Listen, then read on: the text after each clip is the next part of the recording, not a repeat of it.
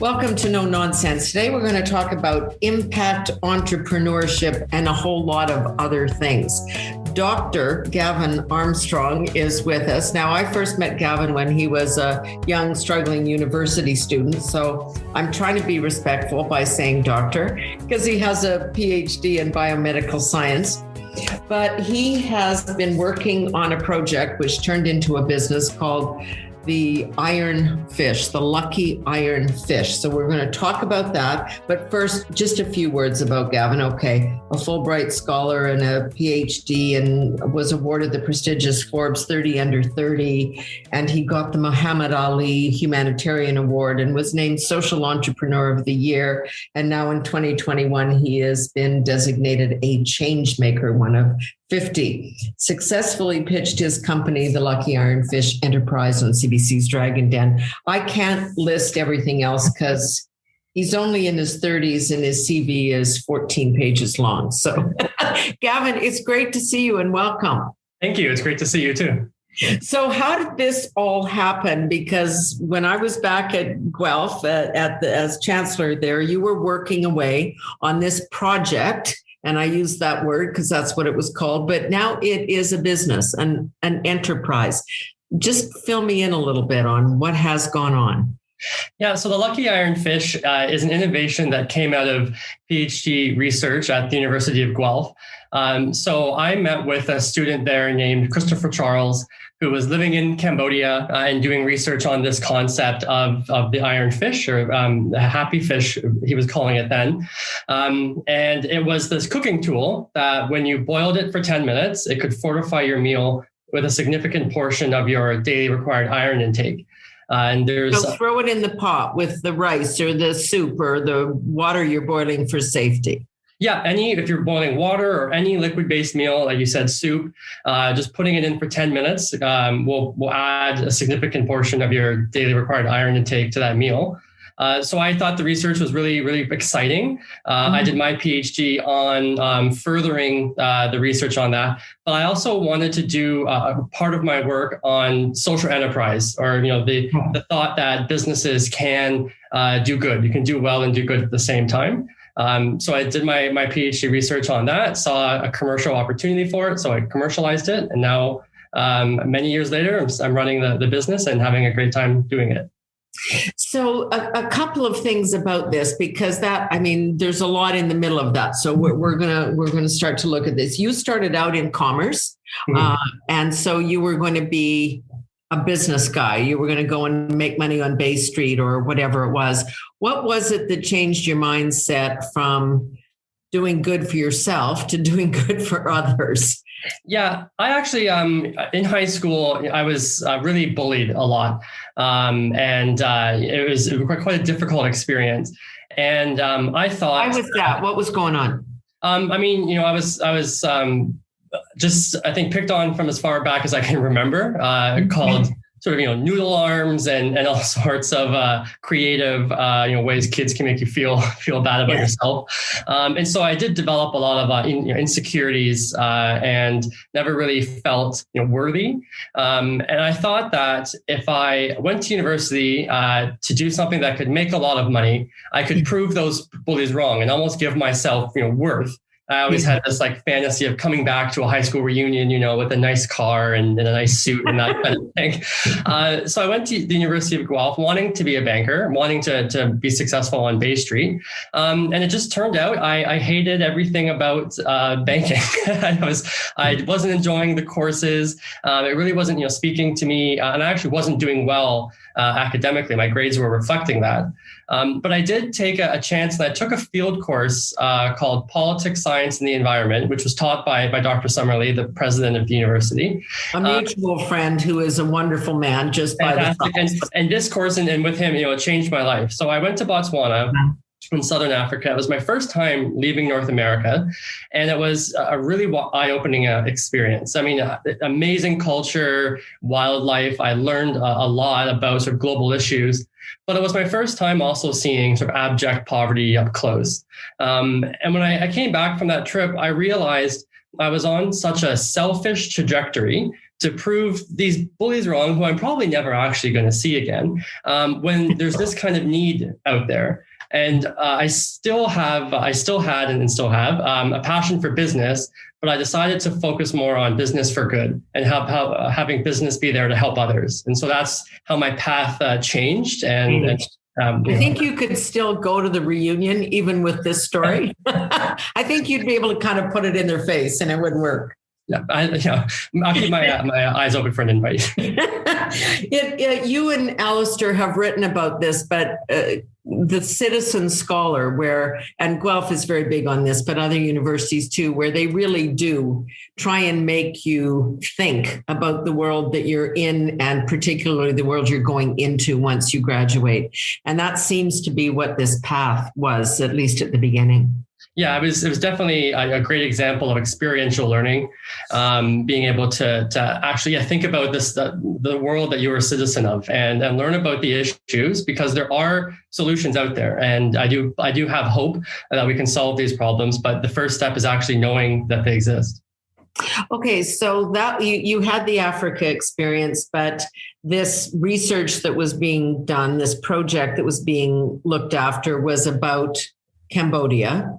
And then when did you first go there? How did that occur?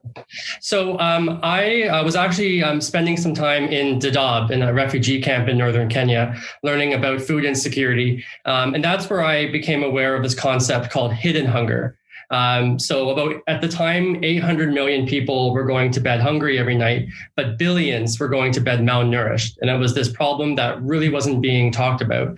And the largest form of hidden hunger is iron deficiency, which negatively impacts the lives of 2 billion people around the planet. So a third of the world suffers from this. And iron deficiency rates are actually going up, not down. So the problem is getting worse. And so I started spending some more time researching that. And that's how I got introduced to Chris at Guelph, and I learned about the solution that could make a major impact on iron deficiency. So I first went to Cambodia in 2011, ended up moving there in 2012 for 3 years as I did the research. So what is it about iron deficiency? Like you said, it's going up. Is it the kind of food we eat, processed foods? Like, why aren't we... I mean, this, especially in G7 countries or developed countries, we have access to anything. Yeah, I mean, I think there's a few different reasons. Even though iron is so critical for us, it can be difficult for us to get enough of. We need a lot of it, and there's different things that can inhibit iron absorption. And so there's actual access to high iron food. And as we move to more fast food diets and prepared foods, you're not getting the full nutrition that you need. If you're a vegetarian or vegan, your iron needs are higher. And so as we shift to alternative eating and diets, there's an impact there. But also, I think that the main issue is just awareness. The main signs and symptoms of iron deficiency are you're tired, headaches, pale skin. I mean, that's everyone in Toronto in the winter. And so people aren't going to the doctor. I've got both hands up. That's me. But they're not going to actually realize that they have this issue that they need to draw awareness to. We find out a lot of people discover they're iron deficient when they try and donate blood, because they get turned away from the blood clinic, or if you're pregnant. And so I do think that we need to be actually drawing more awareness to the issue of iron deficiency, so you can then change your diet and actually get the iron that you need. So where did the lucky fish or the happy fish, as you started? This is just, I mean, I think you started out just putting discs or offering to people discs of iron, say, here, this will solve your problem. And they kind of went, are you nuts? Like, I'm not going to throw that in my food. Yeah, exactly. So the project started off with an iron disc. And though that was scientifically effective, women in rural Cambodia said, are you kidding me? You want me to put that in my food? It looks like you found that on the side of the road. Like, absolutely not. But after some research, it was discovered that fish are a symbol of luck in Khmer culture. So by shaping the disc like a fish, women then wanted to cook with it because they thought it would bring luck to their household. And the incredible thing was, once they started using it, they felt healthier. They had less headaches. They weren't fainting or dizzy. And so they would say, this fish is really lucky. I'm actually, feeling better. And that's where the name Lucky Iron Fish comes from. So then it is really, I mean, I've got one, I've seen them. They are just little fish. I mean, I don't know, a couple inches long, right? Yeah, it's just an iron ingot, fits in the palm of your hand, shaped like a fish. That shape was meant for Cambodia. We've now scaled globally, and the symbol of a fish has a lot of prominence in many cultures and religion. It also makes sense that you would put a fish in your cooking pot. In the water, it's cute. I mean, it's a cute fish. I think people like that. The one country though where we had major resistance to the shape was India. With a very vegetarian population, women were hesitant to put even a fake fish in their pot. So for India, we've actually designed the Lucky Shakti leaf. So it's a leaf shape, does the exact same thing, but it's our veg version. But that's kind of an interesting, that's research that you have to figure out because it impacts your marketing. I mean, you have to know who your customer is. Yeah, exactly. And compliance is really important for this to work. And you don't want to have to cause too much behavior change. You want this to fit into someone's life, as easily as possible. And so the less resistance you can have, make it a shape that makes sense, the better. The original Lucky Iron fish, in Cambodia, I kept hearing this word over and over again when we would talk to families. And my translator said, they're calling it the heavy black fish. Because they didn't have an exact name for it. And I thought, well, that's not a really great marketing brand that you can sell. So I had the word good put on it, and people would call it the good fish. But then when we tried that product in Kenya, people thought the shape looked like a snake, which is bad luck. And so, had to think about different things. So now the new fish has a maple leaf on it. We're branded as sort of the Canadian health innovation, helping improve lives around the world. And that actually does convey trust. I mean, that is how we're seen. Absolutely. And with the commitment on health and women's health issues, especially. And so it is really great to, say that we're from Canada. This is a Canadian supported innovation. It definitely brings me a lot of pride when I used to travel back when you could. Yes, in the old days. You were actually in India when the pandemic was officially declared. That must have been a nightmare. It was for a few different reasons. I was definitely becoming quite concerned about the surroundings and debating. We had some government events lined up and was every morning wondering when we should cancel. I also had some staff there with me, and obviously their safety is number one to me. And so was trying to figure out what to do there. And then there was all the stuff happening at home, and you're disconnected with the time zone change. So I wanted to make sure my family was okay. So about 3 days after the pandemic was declared, we were able to get a flight back. So that was lucky. I was working with people at the time who were stuck hither and yon and having a difficult time getting back. Yeah, fine. And I wanted to get a flight we could all travel together on. I just felt safer if we were there. So getting 3 seats was even harder. Right. But thankfully, with Air Canada, found a 24-hour route back. Able to get here. So has the pandemic actually helped or has it hurt? Because I'm thinking everybody is looking for simpler solutions, looking for more cost-effective solutions, and probably just in general more concerned about their health and well-being than they might have been before. Mm-hmm.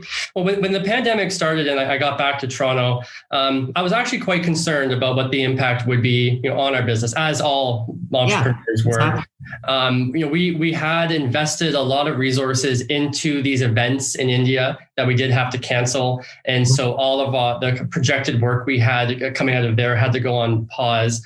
And we do have this e-commerce aspect of the business. And so we shifted resources to the e-commerce element of the company, continued those sales, and we paused our NGO and bulk efforts just until we had a sense of what was going on. And because people are focused on their health a bit more, looking for natural alternatives, iron deficiency is directly linked to your immune system. We've actually seen our sales go up by about 105% from this time last year. And so we as a company are actually stronger because of what's happened. And a lot of that's because of our early on decision making. So how do sales work when you're talking about a developing country and women perhaps raising a family on their own or part of a family, a nuclear family? They're probably not on the internet saying, gee, where can I find a fish that's going to solve my anemia? Yeah, so the Lucky Iron fish is sold through a few different ways. It is sold direct to the consumer online. So, if you wanted to buy one for yourself, you'd go on to luckyironfish.com and we ship internationally there. But our work in sort of developing countries is mostly with NGOs. So we have partners like World Vision, CARE, Catholic Relief Services, Action Against Hunger. And we're involved with them as a part of their nutrition or fortification supplementation programs. So they actually purchase in bulk and distribute to communities. We're involved in training and education workshops, which is great. Another cool aspect of our business is for each of those online sales, if you buy one, we take a portion of that sale and put it towards donating units for free to families in need around the world. And those are not just international destinations. They've gone to food banks, Indigenous health centers here in Canada, where iron deficiency is a massive problem as well. So it's how we're trying to give back through all of our sales. So presumably you're going to charge me more than you charge the woman in Cambodia. Yeah, our individual sales, it's about $40. Whereas when you think about, the iron fish is reusable for 5 years. And so you could spend $40 a month on iron supplements. And so it is still a much more affordable product over time. And then do you take a portion, if I buy one for $40, you use some of that then to subsidize the cost of those that are being distributed through NGOs or... Yeah, there's some subsidization, and then there's the free units as well that we just straight up donate. We'll go back to Cambodia for a minute. Like where do you produce these things? I know you try to use local people to actually build or create the product. Where do you get the iron? So the product has evolved over time, and as we've learned more about iron fortification and supplementation. So the Lucky Iron fish is actually made out of electrolytic iron. It's a special kind of iron that's used in fortification, and it's special because it's a very small particle size. So it's easy for your gut to absorb. If you use larger iron, cast iron, there can be some carbon in there. It's a chunkier particle size, so it'll have some difficulty being absorbed. Electrolytic iron, to produce it's a patented process. There's only a few foundries around the world that can do it. So we're working with one out of India who manage all of our international distribution, and they work with other major food companies. So we're using the exact same iron that's being fortified in cereals and grains. So it's we know that our safety and quality will be there. But what is it made in a lab or where?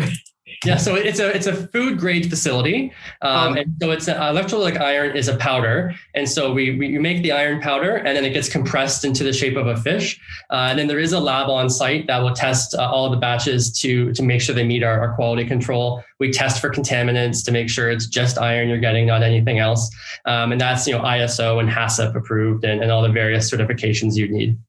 And can you control how much, like if I'm boiling it for 3 hours, am I getting too much iron versus 15 minutes? It's a great question, and it's actually a chapter of my thesis was how could you misuse this product? If one fish for 10 minutes is good, 10 fish for an hour must be better. And so I spent a day in a lab just basically making the fish water wrong. And what I found out was it will release more iron. It's not a dangerous amount of iron, so there isn't a concern for toxicity, but it tastes and smells disgusting. It's just like metal, it's brown. So if you do kind of misuse the product, there's almost that self-regulating piece that you wouldn't want to consume it. So obviously that has to be explained to people. And yeah, and our packaging, it comes with a manual. We talk about best practices for using it. On our website, we have recipes. We actually have a cookbook that we've launched from recipes from our partners around the world, which is great. So it's a way that people can think, different ways of including it into their day-to-day life. So there was a story I read somewhere along the line that says, has the iron fish's luck run out, the lucky iron fish, that in Cambodia, anemia wasn't as big a problem as you might have thought. And then I think the other argument was, if you do this, it kind of alleviates the political leadership from their responsibility for healthcare, that they just go, okay, we don't need to worry about that stuff anymore. When in fact, you still do need, commitment to that from those who lead. Yeah, and I mean, in terms of Cambodia, the understanding of iron deficiency and anemia in the country was evolving, and we ran a clinical trial in a province where we had not been originally. It was the Prey Bahir province, and what we found out as the trial was already underway is that the majority of people had thalassemia, which is a genetic disorder, hemoglobinopathy that would cause anemia, not iron deficiency anemia. And so you wouldn't expect supplementation to work for that population. We had a control group that wasn't using an intervention, one using the fish and one using iron supplements, and neither the fish nor the supplements were having an impact. But it also didn't cause toxicity, which is something you might have thought would happen. So in the end, there was at least some learnings that we were able to take from that. But no, in that one trial, we didn't see the results we were hoping for. We've partnered though with international universities and research institutions who have run their own independent clinical trials in multiple countries, and those have all come back with positive results. And so, out of the 19 plus work that's been done, one definitely didn't have the results we wanted, but the rest did. So you have to do this. I mean, you have to inject the science with clinical trials and say, here's the evidence. It actually does work. It went from X to Y in this trial. Is it there? Are you really finding that? Yeah, I mean, as science and data are critical for us, and we want to actually make sure that this has the efficacy that we say it does. So that's why at first we ran the clinical trials. And though the data was promising, the international nutrition community said, okay, this is interesting, but you have a bias. I mean, you commercialize this, you'll benefit from the positive results. So we suggest that you have some independent work done. So I was able to raise some funds with Grand Challenges Canada, and I raised about $680,000 and got independent universities and said, okay, you run these trials. We won't be involved at all. And so they ran trials, and what all of the trials showed was that using the Lucky Iron Fish on a regular basis was just as effective as using iron supplement pills. The major difference was the supplement group had a compliance rate of between 30 and 40% because those supplements had those negative side effects, whereas the Iron Fish group's compliance rate was about 90%. So not only is it cheaper, that had higher compliance rates as well. So that's the problem. I mean, not only are the supplements more expensive, particularly in developing places, but they do have side effects. Mm-hmm. And the Iron Fish doesn't? Yeah, there's no reported side effects when using the Lucky Iron Fish properly, which, as I said, is boiling it just for 10 minutes. Right. Are you subject to, regulation? We see so many people who are offering alternative supplements or healthcare or vitamins, and that battle is on about whether or not you need to be regulated. Are you? So we're regulated as a consumer product. We follow all the food safety requirements that you need to do. When we go into different countries, we fall under different classifications. We are in a bit of a gray area. It's an at-home fortification tool. So we work proactively with governments when we enter into a new market to figure out what classification we are, and then make sure that we have all the proper certifications and documentation. How did you pitch this to people like the dragons did you make it a business proposition? Did you make the case for doing well and doing good? Like, how do you sell it to people to whom you want to elicit funds from? Well, I think what's interesting is every time I pitch this to investors or to a group of people, the men always say, "Well, I don't quite understand. How is this a business?" And the women are always 100%. I would buy one, because iron deficiency mainly impacts women. Yeah. And so immediately, if you've talked to someone who has had to take iron supplements or has had to watch what they're eating, a simple solution that's reusable for 5 years is something that everyone can instantly understand. Our commitment to impact is embedded throughout our business. And so it's a part of our DNA. I do believe you can do well and do good at the same time. So I'm always upfront about that. And that always is baked into whatever pitch we're doing. We've got a great group of investors and a great board who believe in our impact philosophy. And they do think that there is a solid business case for what we're doing, but we're also going to help improve global health while we're doing it. And are you really talking about the developing world, or do you think there is a broader market here in the United States, in the developed world as well? I mean, iron deficiency, it's in every country. And it doesn't matter if you're in downtown Toronto or Manhattan, or you're in rural India, you can suffer from this problem, and you can use the same solution to make it a difference. And I really love the symmetry in that. So, our business is selling to those who can afford it, to help give to those who can't. And so we're not going to shy away from the sales that we do here in North America and Europe. We've just expanded into China. We're selling on Tmall now in China. But we have this commitment to our NGO partners. And that's an area where we're growing. We're doing some new R&D now on some new products. And they'll be focused on a bit more on that NGO market. And new products, different things, or are you kind of sticking to your, playing to your strength with the iron fish? And So we want to be leaders in all things iron deficiency. We've spent a lot of time learning about it. As we said, it's constantly evolving and rates are getting worse. So we're looking at other pain points and how we can help fortify different types of meals with healthy and safe iron. So in India, for example, they have the world's largest school feeding program. Over 110 million meals a day are served. Getting the iron fish into all those pots would be difficult. So is there a way we can help with large volume cooking? And so we've got some cool products being developed and aimed at that area particularly. So again, there'd be a market in North America, get it into school cafeterias, that kind of stuff as well. I mean, if the need is here. Yeah, and not just in schools, but shelters, places where you need to find high nutritious meals.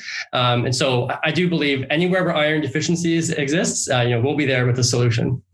So you're going to narrow focus in a way, which is smart. Instead of deciding you're going to solve 6 other problems, you're going to focus on anemia or iron deficiency and then find other delivery mechanisms, tools.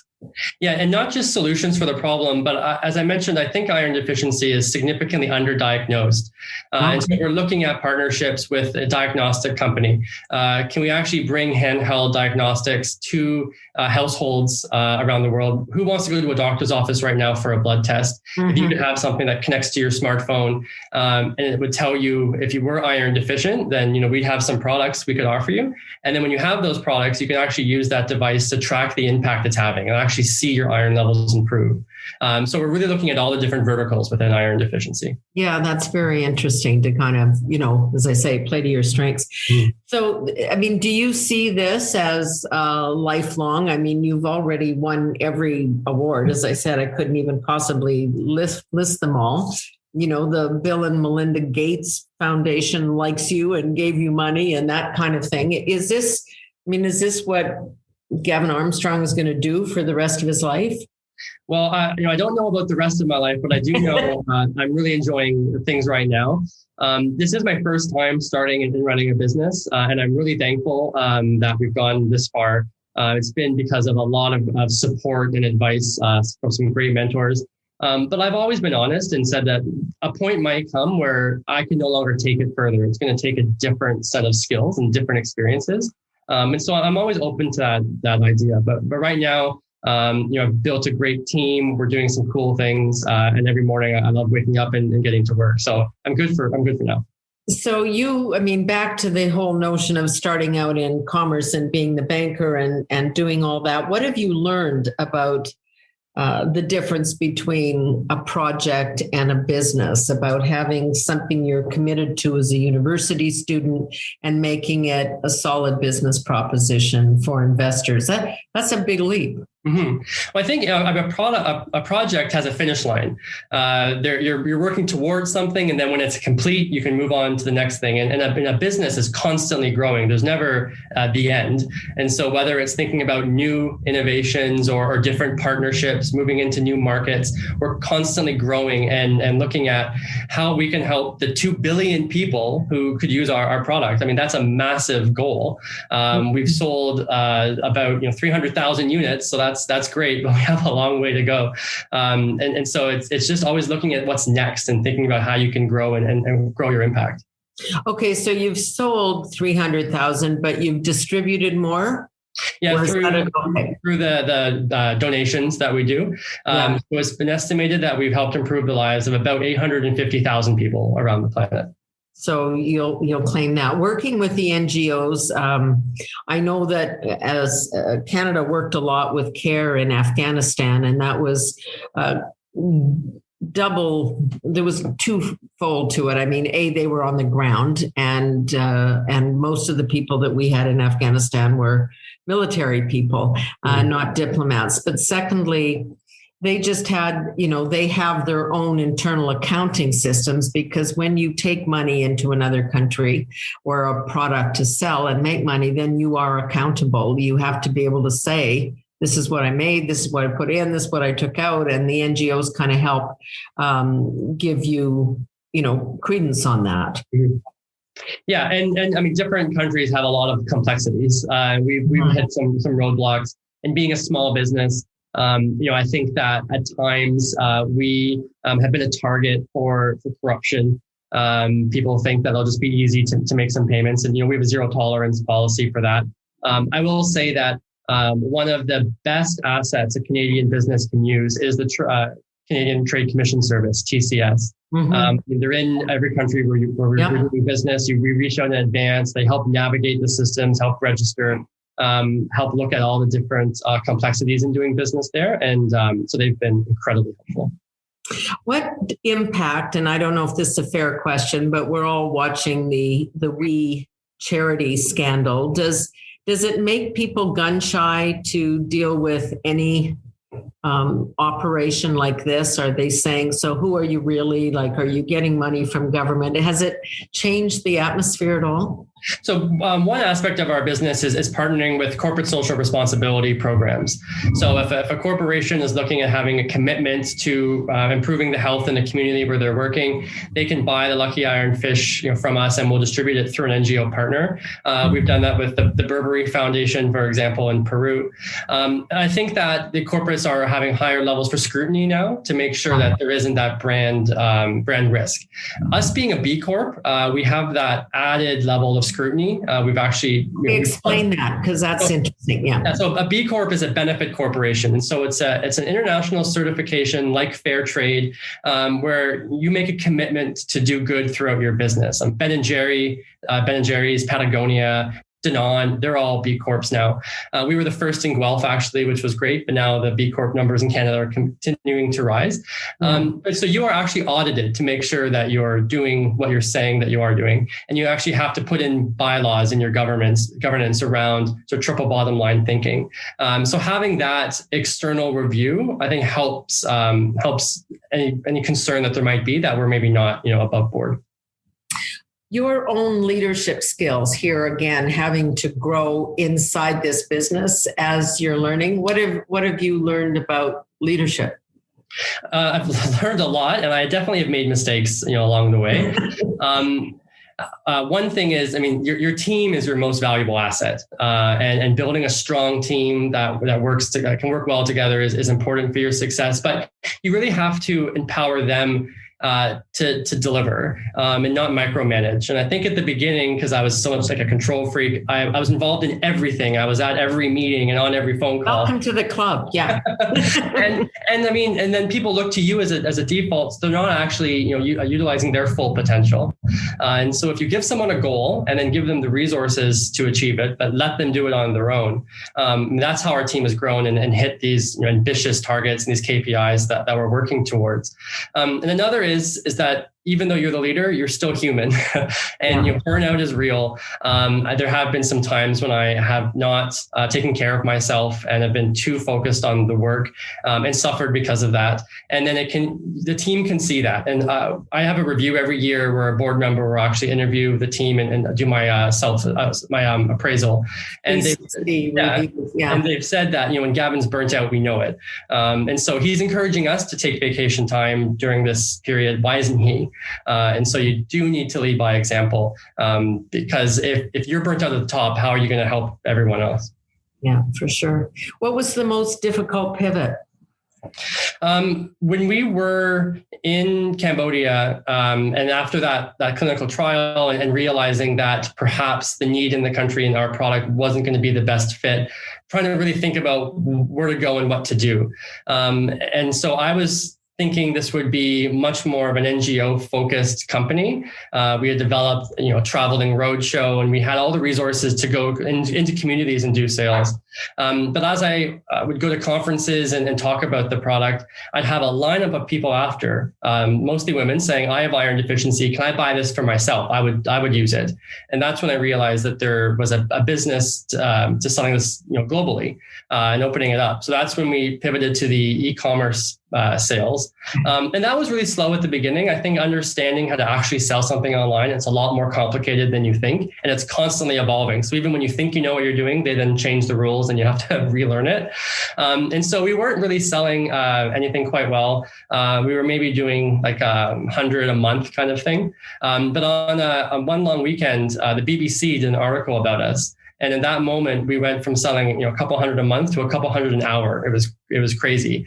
We couldn't keep up with the demand. And so that's when, we had to think things through and then actually have a strategy to be, a company with a product. And so think about inventory and controls on that and shipping and logistics. And so growing quite quickly in there was quite difficult. So if I'm ordering my Lucky Fish here, is it the one made in India, or do you have other places where it's built? Yeah, so we currently just have the one facility in India where we work with, because we want to make sure we get that high quality food grade iron. But the fish are shipped here and they're actually kitted and assembled here. And so we have packaging that's environmentally friendly, produced in Canada, and they're kitted here.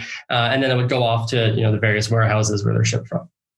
And who's your target group here in Canada, for example? Who are you going to partner with here to get people like me and bunches of other people to actually buy in? So we're just trying to create more awareness. And so it's partnering with naturopaths, dietitians, physicians, those hematologists, people who can speak about iron deficiency, the concerns around it, and then awareness for our innovation.